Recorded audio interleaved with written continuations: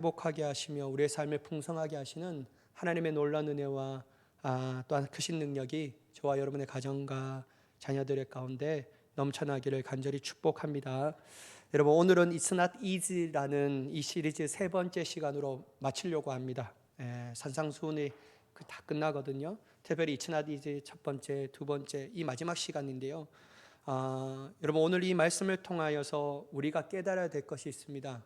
도대체 나의 신앙의 본질은 무엇인가? 신앙의 본질은 어떤 것일까?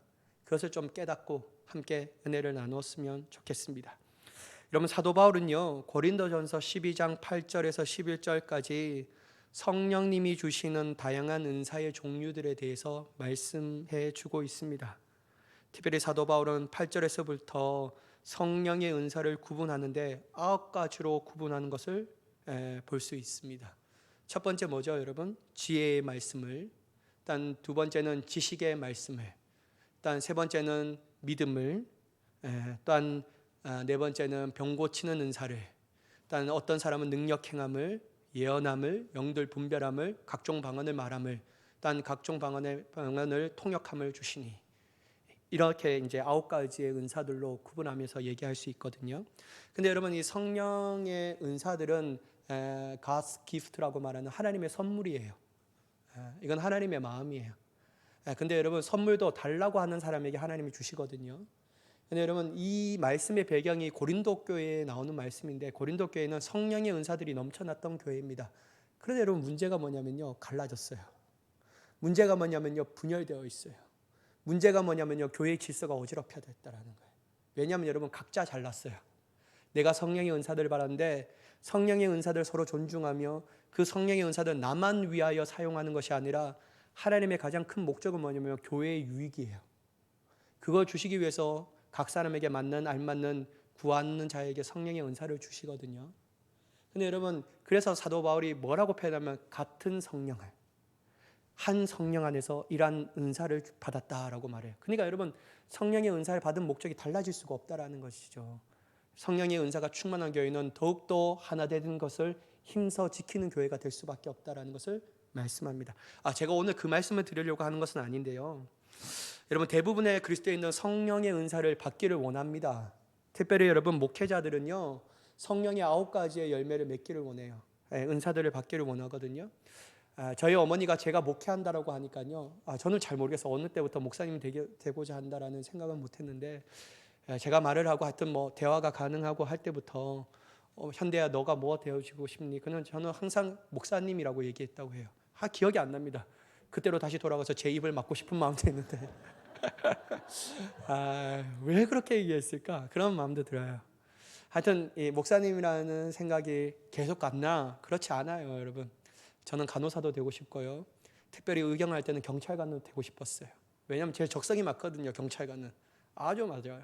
아주 옳고 그냥 아주 그렇게 하고 싶은데, 결국 하나님의 은혜가 뭐냐면요, 그런 허황된 마음을 꿈꿀 때마다 저의 머리끄댕이를 붙잡고 은혜의 자리로 딱 내려놓더라고요. 주님 굴복합니다 하면서 막 가요. 근데 제가 이제 목회를 한다고 목회자가 되기를 원하니까 어머니가 하신 말씀 중에 어떤 말씀이 있냐면요, 너는 성령의 은사를 받기를 원하는데 신유의 은사를 받기를 원한다라고 얘기하더라고요. 신유의 은사가 받기를 원하는데, 왜냐하면 한참 그때 한국에서 가장 유명한 목사님 누구냐면요, 조용기 목사님이셨어요. 조용기 여의도 순복음교회 있잖아요. 제가 잘 모르는데 10만 명의 교인들이 있대요. 그래서 전 세계 가장 큰 교회가 우리 이게 있고, 여러분, 우리 한국 교회가 전 세계 10번째 드는 큰 교회가 다 우리 한국 교회에 있어요. 한국에 있거든요. 그 교회 중에서 가장 큰 교회가 여의도 순복음교회 조은기 목사님인데, 조은기 목사님이 교회에 부흥된 역사가 뭐냐면요, 아주 신의 은사가 강력하게 일어났죠. 그는 오순절주의라고 말해서 성령을 구하는 이런 교회거든요.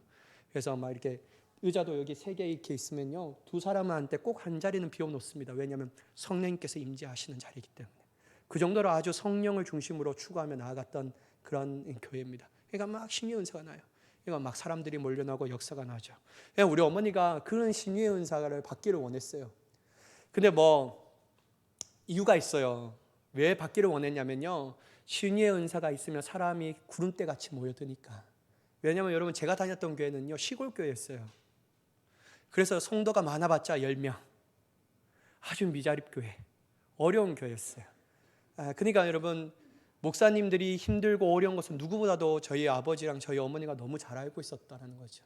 그러니까 쌀 먹을 게 없이 라면 끓여 먹고, 너무 힘드니까 진짜 굶을 때도 많고, 그러니까 우리 어머니가 그걸 아니까 너는 제발 목회자가 되는데 신유의 은사를 받아서 편한 목회를 했으면 좋겠다, 이런 마음으로 저를 위해서 그런 목회자가 되기를 원했다라는 것이죠. 근데 여러분, 어떨 때 보면요, 그건 좋지 않는 모습이죠. 왜냐하면 하나님의 은사, 하나님의 교회를 위해서 사용되어야 되는데, 결국 우리 어머니도 은사 받기를 원한 건 뭐냐면 내 편한 삶을 위해서라고 했죠. 여러분, 어떤 목사님의 간증을 들었는데 이런 간증을 듣게 되었습니다. 여러분, 어떤 목사님이 드디어 목회 안수를 받아서 처음 목회지를 나갔거든요.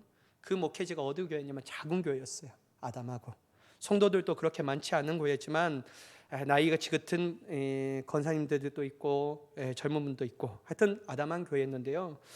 이 목사님이 나이가 얼마 되지 않아서 열심을 가지고 막 목회지에 갔습니다. 그리고 예배를 인도하는데 첫 예배 기도를 하고 있는데 나이 지긋한 권사님이 저 뒤에서 예배를 마치고 기도하는 시간이 있잖아요, 자유롭게. 근데 꼭 이런 기도를 했다고 해요.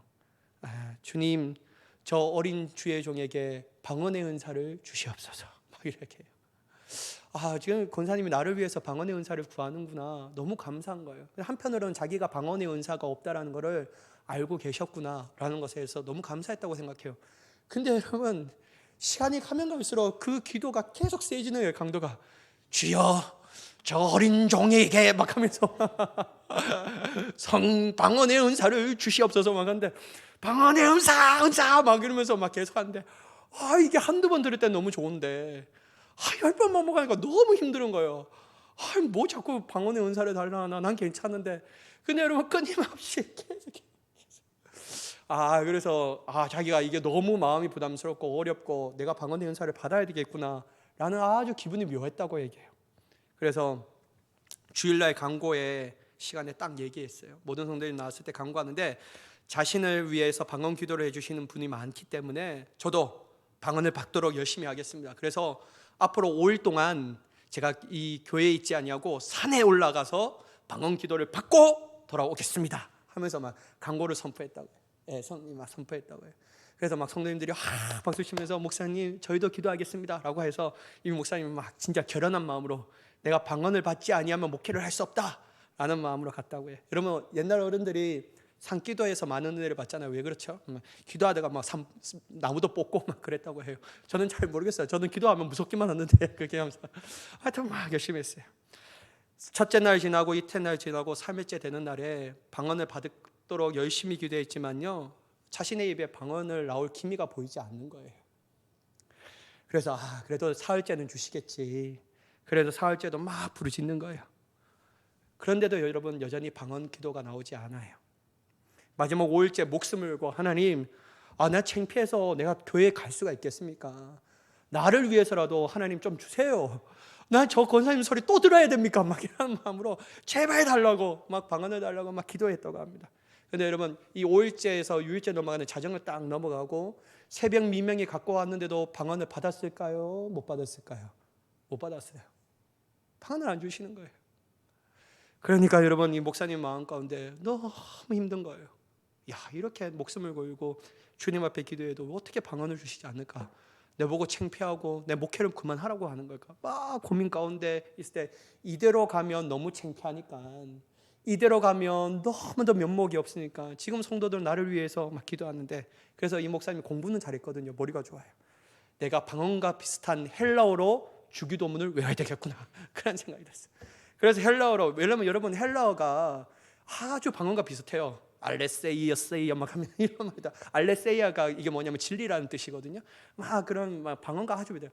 여러분, 우리가 처음 방언을 받으면 알랄랄라 이렇게 하잖아요. 이거는 좀 수준 낮고, 이왕 목사님이 받으려면 알레세이어 막 하면서 이렇게 받아야지 모든 성도들이 저분 퀄리티의 고퀄리티의 방언을 받았구나 막 이렇게 인정하잖아요. 그러니까 이 목사님이 할 수 있는 대로 막 방언을 막 기도를 주기도문을 막 외웠어요. 머리가 좋으니까 1시간 만에 딱 외웠고 다 갔어요. 하나님, 어쩔 수 없잖아요. 나도 목회를 해야 되는데 창피를 안 당하려면 이렇게 해야 되지 않습니까? 라고 해요. 그래서 교회에 딱 갔는데 성도님들이 막 목사님이 내려오신 날이니까 기다리고 있는 거예요. 기다려서 목사님 방언 기도를 받으셨습니까? 아 그럼요, 제가 방언 기도를 받았습니다. 그러면서 막 얘기해요. 그러니까 여러분 이 방언 기도를 받았다고 하니까 성도님들이 얼마나 궁금해요. 그럼 목사님 지금 여기서 우리를 위해서 방언 기도를 좀 해주세요 막 하니까 목사님 깜짝 놀란 거예요. 여기서 방언 기도를 하냐. 근데 여러분 더 큰 복병이 생겼어요. 어떤 사람이 딱 나와서 목사님 방언 기도를 하면요 저는 방역에 통역하는 은사가 있습니다 막 이렇게 하는 거예요. 환장할 노릇이죠. 이거 큰일 났다. 이거 이 뽀록이 당하겠구나. 이 내가 한 거는 방언 기도가 아니라 헬라어 주기도인데 이거 어떻게 하나 막 걱정과 근심을 가졌는데 근다고 해서 안 할 수도 없잖아요. 그래서 여러분 탁 해놓고 막 비장한 마음으로 내가 여러분들 기도하겠습니다 하면서 막 방언 기도로 자기 막 헬라어로 막 주기도를 막 한 거예요. 그리고 시간이 딱 끝나자 방언 통역을 은사를 받았던 이분이 딱 통역을 하는데요 참 목사님이 깜짝 놀라는 거예요. 왜냐면요 자기는 그런 기도를 하는 것이 아니라 헬라어 주기도를 하는데 이상한 얘기를 하는 거예요. 자기가 막 하는데 기도를 막 다른 얘기를 하는 거예요. 그러면서 여러분 목사님이 깨달은 게 있었다고 해요. 뭐냐면 여러분 은사가 중요하지만 우리가 진짜 사모해야 할 것은 신앙의 본질이구나. 이걸 목사님이 딱 깨닫다고 해요. 은사주의에 빠지면 교회는 어려워지는구나. 그냥 은사보다 가장 중요한 것은 신앙의 본질이라는 사실을 딱 깨닫고 그때부터 목사님은 신앙의 본질에 대해서 성도들을 향하여 계속해서 가르쳤다고 합니다. 여러분 저는 이 예화가 주는 강력한 메시지가 있다고 생각해요. 여러분 우리가 진짜 신앙생활하면서 가장 중요한 게 뭘까요? 여러분 은사입니까? 아니면 여러분 충성과 봉선과 헌신이에요? 아니에요 여러분. 우리에게 가장 중요한 것은 뭐냐면 신앙의 본질이에요. 본질. 그 본질을 오늘 주님께서 이 말씀을 통하여 우리에게 들려주신다라는 거예요. 우리 한번 같이 보도록 하겠습니다. 21절의 말씀을 우리가 한 목소리로 함께 같이 읽어보도록 하겠습니다. 시작. 나더러 주여 주여 하는 자마다 하늘에 계신 내 아버지의 뜻대로 행하는 자라야 들어가리라. 여러분 21절의 말씀을 보면 주님께서 어떤 사람들이 천국에 들어가고 어떤 방법을 행하는 사람들이 천국에 들어갈까에 대해서 말씀하셔요. 특별히 여러분 예수님께서 이 말씀을 할 때 어떤 얘기를 하냐면요 나더러 주여 주여 하는 자마다 다 천국에 들어갈 것이 아니요 라고 말씀하시는 거예요. 희한하다. 여러분 이 주여 주여라는 것은 뭐냐면 우리말로 풀었으면 주인님이라는 말이거든요. 로드라고 영어는 표현을 로드라고 얘기하는데 어떻게 주여 주여 하는 자 예수님을 나의 주인이라고 고백하는 자가 천국에 들어가지 않을까? 이게 너무 이상한 거예요. 왜냐하면 예수님과의 아예 관계 맺지 않는 세상 사람들은 당연히 천국에 들어가지 못하는데 예수님과 관계 맺는 사람, 예수님이 인정하는 사람들이 천국에 못 들어간다라니까 이게 너무 이해가 되지 않는 것이죠. 여러분 주석가가 아마 이 말을 듣는 대상이 어떤 대상이냐면요 제자들이었을 것이라고 추정하고 있습니다. 제자들에게 주님이 하신 말씀이 그것이다. 여러분 이 말을 더욱더 쉽게 말하자면 오늘날로 말하자면 교회 밖에 있는 사람이 아니라 교회 안에 흔히 성도라고 불리는 사람들의 대상을 향하여 주님이 이 말씀을 하시는 거예요. 그들은 예수님의 말씀에 대해서도 배웁니다. 세례도 받았어요. 직분도 받습니다. 예배를 드릴 뿐만 아니라 종교적인 열심도 있는 사람이었어요. 그러니 그들이 예수님을 향하여 주여 주여 하는 것은 당연한 거죠. 여러분 이게 당연한 겁니다. 너무나도 당연한 모습이라는 거예요. 그러나 예수님께서 분명하게 말씀하시는데 이러한 사람 즉 나더러 주여 주여 하는 자마다 다 천국에 들어갈 것이 아니요 라고 분명하게 말씀하신다라는 거예요. 여러분 여기서 중요한 단어가 있는데 뭐냐면요 앞에 천국 앞에 있는 다라는 단어입니다. 한번 보세요. 이 말을 정확하게 해석하자면 예수님을 향하여 주여 주여 부르짖는 모든 사람들이 다 천국에 들어가지 못하는 것은 아니다. 그런데 결국 다수는 들어가지 못한다라는 거예요. 아예 전부 모든 사람들이 못 들어가는 것은 아니지만 들어가는 소수가 있지만 그럼에도 불구하고 다수는 들어가지 못한다라는 거예요. 여러분 22절의 말씀을 보시면 나더러 주여 주여 하는 사람들의 모습이 나타납니다. 어떤 특징을 가지고 있는 사람일까? 22절의 말씀을 제가 봉독하겠습니다. 그날에 많은 사람들이 나더러 주여 주여 우리가 주의 이름으로 선지자 노릇하며 주의 이름으로 귀신을 쫓아내며 주의 이름으로 많은 권능을 행하지 아니하였나이까 하리니. 여러분, 여기서 예수님이 뭐라고 얘기하시냐면요, 주여 주여라고 부르는 사람들, 즉 다시 말해서 그날에 주님께 항변하는 사람들이 있다라는 거예요. 앞에 천국에 들어가지 못하는 사람들이 이렇게 주님 앞에 항변한다라는 거예요.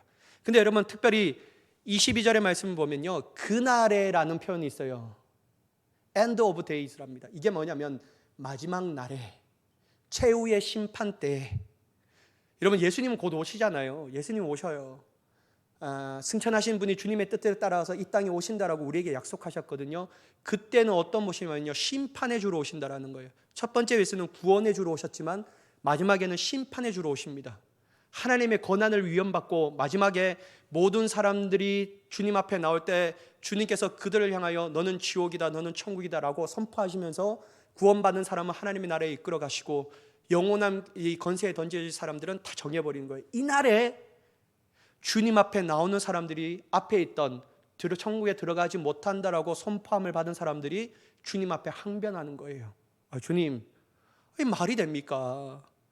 내가 이 땅에 주님의 이름으로 선지자 노릇을 하지 않았습니까? 여러분, 여기서 선지자 노릇은 뭐냐면요, 앞에 예언된 일을, 주님의 길을 보이는 사람들이었다라는 거예요. 주님의 뜻을 가르쳐주는 사람이었습니다. 오늘날 말하면, 흔히 말하면 목회자를 의미하고 있는데요, 많은 사람들이 말씀을 가르치는 자, 그러니까 주님의 뜻을 분별하며 이 성도들을 향하여 어디의 길로 걸어가야 하는지에 대해서 얘기해 주는 자가 바로 주님의 이름으로 선지자 노릇한 사람들이었죠. 여러분, 이런 사람들이 어떻게 천국에 못 가냐라는 거예요. 당연히 항변할 수밖에 없죠. 그리고 두 번째, 또 어떻게 항변하냐면요, 내가 주님의 이름으로 귀신을 쫓았는데 내가 왜 천국에 들어가지 못합니까? 이렇게 항변하는 거예요. 여러분, 주님의 이름으로 귀신을 쫓아내는 자가 여러분들 생각하기에 천국에 들어가지 못한다면 우리는 아예 못 들어갑니다. 그죠? 우리는 그런 능력도 없잖아요. 여러분, 저는 공포 영화를 아예 안 봅니다. 왜냐하면 무서울까 봐. 아예 안 봐요. 왜냐하면, 그리고 영적으로 좋지 않습니다. 왜냐하면 두려운 마음이 우리 가운데 있어서 마귀는 두려운 마음을 아주 딱 헤어잡거든요. 그래서 여러분, 공포 영화 보다가 두려운 마음을 들 때 싹 들어가요. 이게 제 말이 아니라 제 친구가 이 청주에서 사역하는데 새벽에 귀신 들린 이 청년이 있었거든요. 막 난리를 치는 거예요. 그때 청년이 뭐라고 얘기하냐면요, 이 공포 영화 자기가 만들었다고 얘기해요. 이 공포 영화를 볼 때 두려운 마음을 딱 있을 때 사단이 쫙 그의 마음을 사로잡습니다. 그리고 외로운 마음도 사단이 잡는다고 얘기하거든요. 여러분, 그런 일들이 막 일어난다는 거죠. 여러분, 귀신을 쫓아내는 사람이 어떻게 여러분 천국에 들어가지 못한다라고 얘기할 수 있냐라는 거예요. 그러니까 이해가 안 돼요. 막 항변하죠. 그다음에 세 번째, 어떤 것이냐면요, 주님의 이름으로 내가 많은 권능을 행하였지 않았습니까? 내가 왜 권능을 행하였는데 왜 주님의 천국에 합당하지 못합니까? 막 이렇게 해요.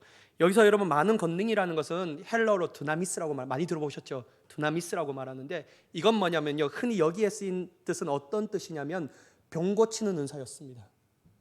그러니까 여러분, 치유적인 역사, 기적적인 역사를 했는데 왜 내가 천국에 못 들어갑니까? 저 사람들은 병도 못 고치는 사람이고 기적적인 역사도 일어나지 못하는 사람인데 나는 주님의 이름으로 많은 권능을 행했던 사람인데 왜 나는 천국에 들어가지 못합니까? 항변하죠. 여러분, 인간적으로 볼 때 이러한 사람이 천국에 들어가야죠. 당연히 천국에 들어가야 되지 않겠습니까? 근데 여러분, 주님께서는요, 천국에 들어가지 못한다고 얘기해요. 여러분, 저는 오늘날 이러한 사역들을 하는 사람들을 많이 봅니다. 이러한 분들의 사역에 많은 놀라운 사람들이 은혜를 체험한 것도 저는 인정해요. 저는 인정하지 않는 게 아니에요. 그리고 많은 성도님들이 이러한 사역자를 존경하며 따르는 것 저는 또한 좋다라고 생각해요. 그러나가 문제입니다. 하나님보다 높아질 수는 없다라는 거예요. 그건 분명하다라는 거예요. 근데 여러분, 성도들은요, 웬만한 자극에서는 반응하지 않아요. 여러분, 그걸 어떻게 볼 수 있냐면 유튜브에 보면요, 많은 성도들의 조회수가 높은 말씀을 보면요, 막 벨벨 뒹굴어야 돼요. 그리고 막 쓰러져야 돼요. 그럼 막 여기서 여러분, 저 뒷자리에서 나는 간절염이 나았습니다 하면 막 일어나면 사람들이 손뼉쳐요. 진짜 간절염이. 이러한 것에 막 사람들이 막 주목하면서 보죠. 웬만한 노말하는 말씀은요 거들떠 보지도 않습니다. 한번 보셔요 여러분. 진짜 저는요 잘 모르겠어요. 미국에 있는 사람이 있는데요, 청년인데 귀신 쫓아내고 하느니 우리 집사람 또 보면 뭐라 하는데 단정 짓지 말라고 그러는데 저는 별로 안 좋아해요 그런 거. 근데 여러분 성도님들은요 그런 흐름을 좋아해요. 여기가 진짜지 이렇게 얘기해요. 그래서 여러분 참 그런 교회가 많이 부흥하고요, 그런 사람들을 많이 존경해요. 참 좋다고 생각해요. 그런데 여러분 분명히 기억하십시오. 하나님은요 그러한 역사를 일으키는 사람들이 다 천국에 들어가는 것은 아니라고 얘기해요. 그렇다면 바꿔 말하면 신앙의 본질은 아니라는 것이죠. 신앙의 본질이 아니라는 거예요. 선지자 노릇하고 귀신을 쫓아내고 많은 권능을 나타내는 이 자체가 우리가 추구해야 되고 붙잡아야 할 신앙의 본질은 아니라는 거예요. 왜냐하면 여러분 신앙의 본질이라면 천국 가야죠. 근데 그건 신앙의 본질이 아니라고 말씀하시잖아요. 심지어 여러분 그 사람들은요 주님의 이름으로 내가 그렇게 했습니다라고 말해요. 주님의 이름으로 하는데 어떻게 이렇게 할 수 있을까? 근데 여러분 자세히 보면 그들은요 23절에 주님이 어떻게 얘기하냐면 내가 너희를 도무지 알지 못하니 불법을 행하는 자들아 내게서 떠나가라. 아니 귀신도 내쫓고 말씀을 가르치고 병도 고쳤는데 이 사람들이 불법을 행했다라고 말해요. 그리고 나는 너를 도무지 알지 못한다고 얘기해요. 이걸 보면 알 수 있어요. 이 사람들이 주님의 이름으로 얘기하지만 여전히 자신이 높임 받기를 원하였구나.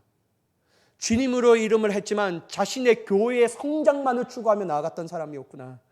주님의 이름으로 했지만 자신의 삶이 풍성한 삶을 살기를 원하였구나. 이것 때문에 그렇습니다. 마치 저희 어머니가 목회하면 힘들어할까 봐 흉의 은사를 받으라고 말했던 것처럼.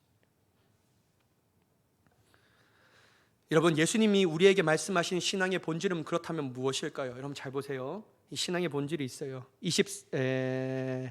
21절. 자, 21절 후반부의 모습을 한번 보시기 바랍니다. 21절에 뭐냐면요, 하늘에 계신 내 아버지의 뜻대로 행하는 것, 이게 신앙의 본질이라는 거예요.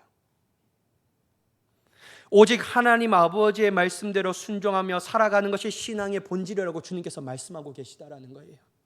더 쉽게 말하자면요, 순종이 아닙니까? 라고 말하는데 여러분 제가요 단편적으로 순종이라고 얘기할 수 없어요. 왜냐하면 사람들마다 자기적인 정의에 따른 순종이 있기 때문이에요. 여러분 순종하세요 안 하세요? 하죠.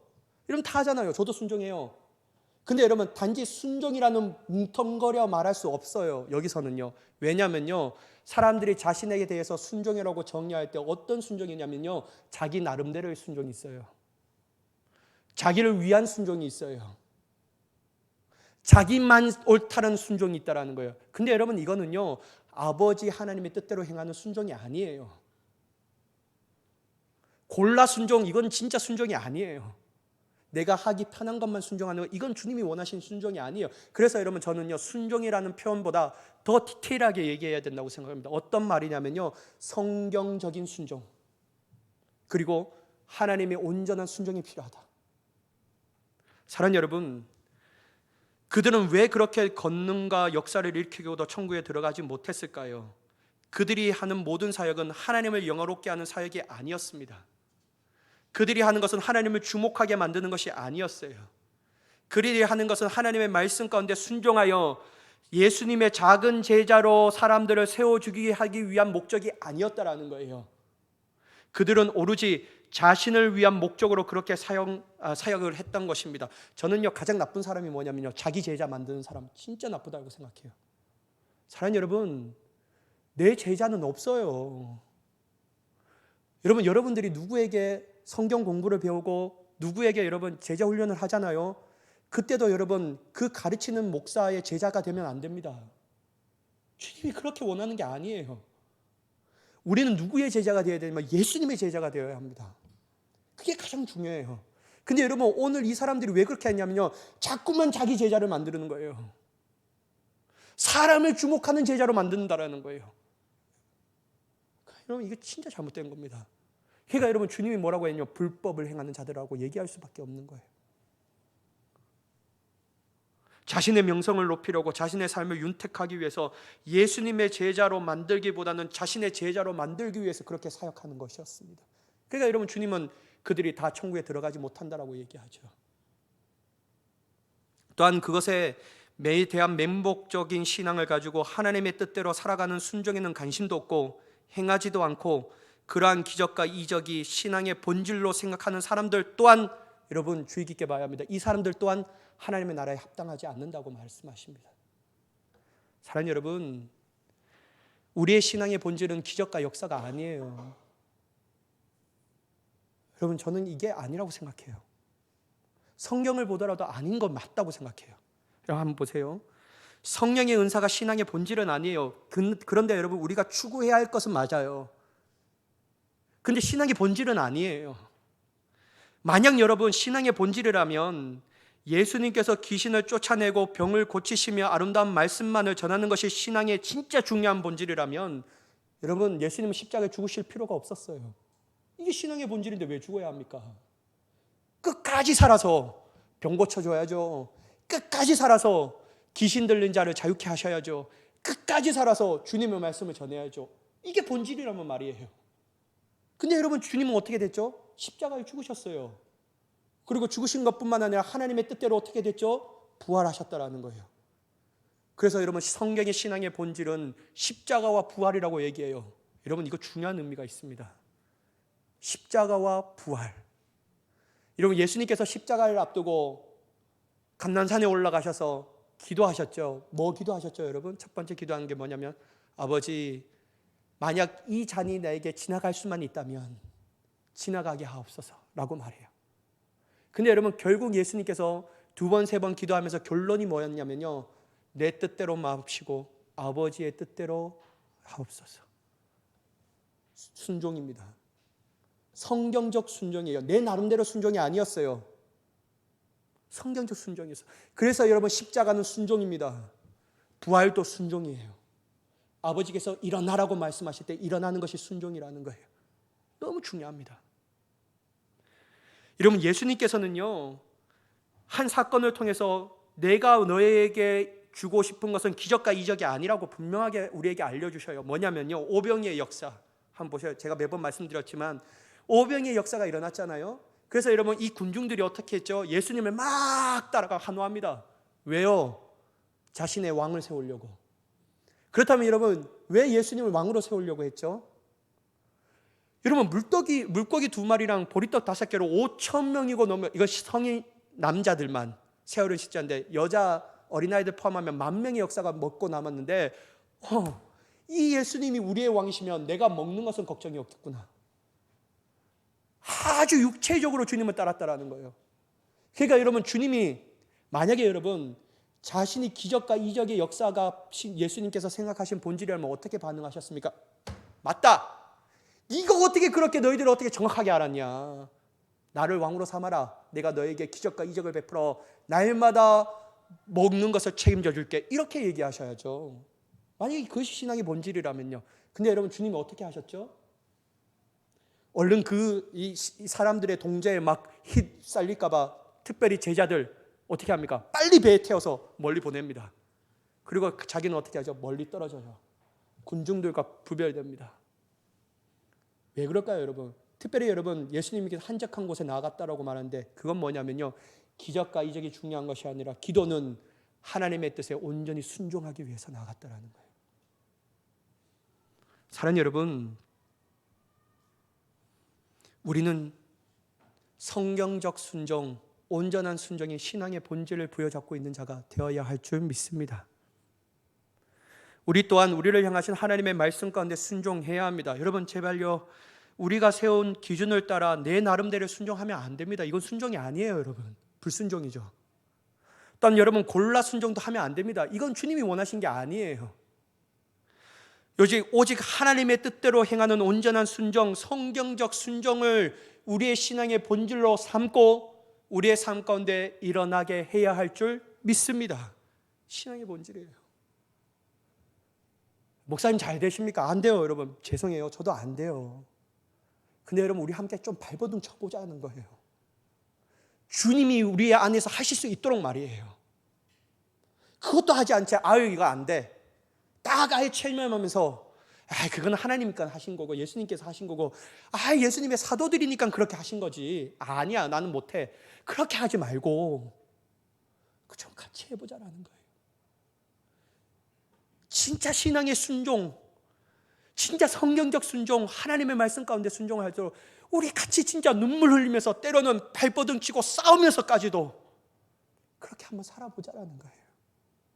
그게 주님이 우리에게 원하시는 것이 아닙니까? 그게 주님이 이 땅 가운데 우리를 향하여 신앙의 본질로 우리에게 주신 것이 아니냐는 거예요.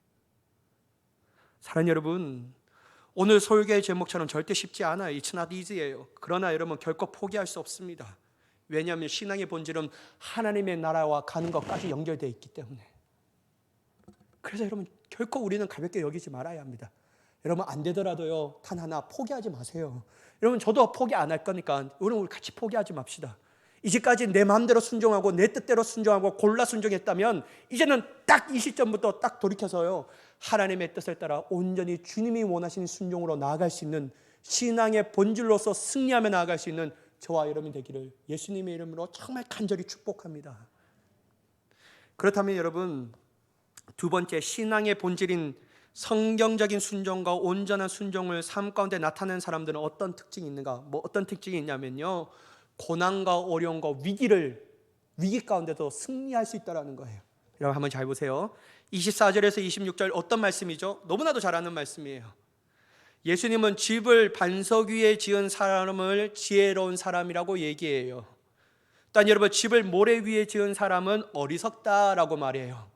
그렇다면 여러분 이건 건축가에 대해서 얘기하는 겁니까? 아니에요. 건축가의 모습을 빌어서 예수님이 얘기하고 싶은 메시지가 있다는 거예요. 잘 보세요. 24절 전반부 한번 보십시다. 24절 전반부 제가 읽어보도록 할게요. 그러므로 누구든지 나의 이 말을 듣고 행하는 자는 왜 이 사람이 반석 위에 집을 세운 지혜로운 사람이구나. 그게 왜 지혜로운 사람이라면요 이 사람은 주님의 말씀을 듣고 행했기 때문에. 그래서 지혜로운 사람이라고 얘기해요. 단 26절의 말씀을 보면 나의 이 말을 듣고 행하지 아니하는 자는 이라고 말해요. 이 말을 듣고 행하지 않는 자는 마치 모래 위에 집을 짓는 사람과 같이 어리석은 사람이구나. 그러니까 여러분 지혜롭다 어리석다 어떤 것으로 갈라지냐면 순종, 제가 표현할 때는 더 디테일하게 성경적 순종과 온전한 순종이 나타난 사람과 달라진다는 것이죠. 여러분 여기서 핵심은요 바로 그것이었다라는 거예요. 그런데 여러분 문제가 있어요. 여러분 그 사람들 잘 구별할 수 있어요? 전 잘 구별할 수 없더라고요. 구별이 안 돼요. 여러분 한번 보셔요. 여러분 그 사람들을 구별할 수 없을 때는 어떤지냐면요 평안하고 아무 일 없을 때는 구별이 안 돼요. 교회에 있으면 다 그냥 순종 잘하는 사람 같아요.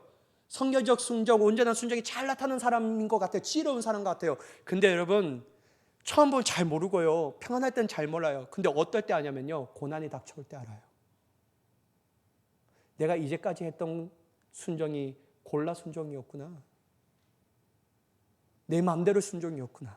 그게 그때 내가 알게 되는 거예요. 한번 보십시오 여러분. 자, 제 말이 아니에요 여러분. 25절의 말씀 한번 봐봐요. 25절의 말씀을 보면 지혜로운 사람이 당한 고난과 어려움과 힘든 상황을 마치 뭐와 비교하죠? 비가 내리고 창수가 나고 바람이 불어 부딪힌다라고 표현해요. 예수님이 그렇게 표현하셔요. 근데 여러분 이 말씀을 또 어디에 또 한번 반복되냐면 26절의 말씀을 보면 어리석은 사람이 당하는 고난과 어려움과 힘든 상황 또한 묘사할 때 뭐라고 얘기하냐면 비가 내리고 창수가 나고 바람이 그 집에 부딪힘에 아주 동일하게 얘기해요. 어떤 사람이 얘기해요. 뭐 저 사람은 이길 수 있는 이유가 나 같은 고난과 어려움을 당하지 않았기 때문에 그래. 강도의 세기가 다르고 크기가 달라서 그래. 막 이렇게 얘기해요. 근데 여러분 이 말씀을 보면 주님이 비교합니까? 고난도? 아니에요. 똑같다라는 거예요. 여러분 사람은 이기적이어서요. 어떤 사람이 내 사람과 동시에 고난이 당하면요. 누구 고난이 다 어려울까요? 셀까요? 자기가 당한 고난이 제일 세요. 별거 아니야 네가 당하는. 이렇게 얘기할 수밖에 없어요. 왜냐하면 사람은 이기적인 존재이기 때문에. 무조건 자기가 당하는 고난이 가장 어렵다라고 얘기해요. 근데 여러분 결과가 어떻게 되냐면요. 지혜로운 사람이 당하는 어리석은 자는 사람이 당하는 고난과 힘든과 어려움 상황은 동일한데 결국 지혜로운 사람은 안 무너져요. 그리고 고난당하는 사람은 무너지는데 어떻게 무너지냐면요, 흔적조차 찾아볼 수 없을 정도로 무너지는 거예요. 사랑하는 여러분, 이처럼 신앙적인 본질, 신앙의 본질은요, 성경적인 순종, 온전한 순종이 우리에게 너무나도 중요한데, 왜냐하면 고난과 어려움과 힘든 상황 가운데 우리에게 그러한 순종이 있다면요, 흔들리지 않는 겁니다. 근데 여러분, 상처는 좀 받을 수 있어요. 제가 말씀드렸잖아요. 비가 몰아칩니다. 여러분, 창수가 부딪혀요. 그러니까 여러분, 집이 좀 상할 수는 있어요. 근데요, 흔들리지는 않는 거예요. 왜냐하면요, 어려움과 고난 가운데 내 마음, 감정은 상했어요. 그런데 그 감정에 휘둘리는 것이 아니라 하나님의 말씀이 살아있기 때문에, 그 고난 가운데서도 하나님의 뜻과 세상의 뜻을 분별해요. 하나님은 의미 없이 나에게 고난을 주시지 않지. 그 안에서 하나님의 고난의 뜻을, 주신 뜻을 찾아가요. 그리고 내가 걸어가야 할 길이 아닌 하나님께서 나에게 원하시는 길로 딱 걸어가요. 그러니까 여러분, 흔들리지 않는 거예요. 그들이 하나님의 말씀이 그들의 삶의 등불이 되고 길이 되기 때문에, 이처럼 하나님의 방법이 깨달아지고 하나님을 신뢰하기 때문에 결단코 흔들리지 아니하며 인내하며 승리하게 되는 줄 믿습니다. 그러나 여러분, 신앙의 본질이 아닌 비본질을 붙잡고 가는 사람들은요, 쉽게 흔들립니다. 왜 그런지 아십니까? 너무 나름대로의 순종이 진짜 순종인지 믿고 있었기 때문이에요. 자신을 위한 순종을 붙잡고 나아간다면 그에게 찾아오는 고난과 어려움과 힘든 상황 가운데 속절없이 패배하고 실패하게 됩니다. 왜냐하면 헷갈려요. 이게 하나님의 뜻인 것 같고, 그리고 하나님이 주신 말씀 가운데도 아주 골라 순종, 내 뜻대로 하는 순종이 훈련되어 있기 때문에 하나님의 뜻대로 절대로 안 가요. 내가 편한 순종만 하게 나아가니까. 그러니까 여러분, 무너지는데 완전히 무너져 버리는 거예요. 흔적조차 찾아볼 수 없을 정도로.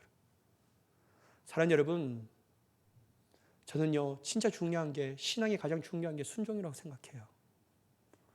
아무리 위대한 역사가 일어나면 뭐합니까? 그 교회에 하나님의 말씀의 가운데 따라가는 순종이 없다면요, 그 교회는요, 하나님 어떻게 평가할까? 물론 하나님의 역사지만 우리 모두가요, 성경적 순종, 온전한 순종이 있기를 간절히 축복합니다. 그래서요, 주님을 좀 기쁘게 하자고요. 주님의 아름답게 하는 예배자가 되자고요. 주님이 내 삶을 들어 놀랍게 사용하시는 위대한 하나님의 도구가 되자고요.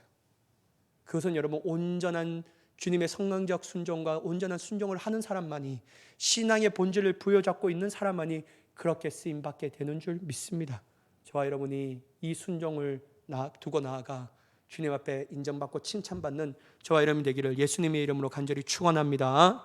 기도하겠습니다. 사랑의 하나님, 온전히 주님을 바라보며 나아가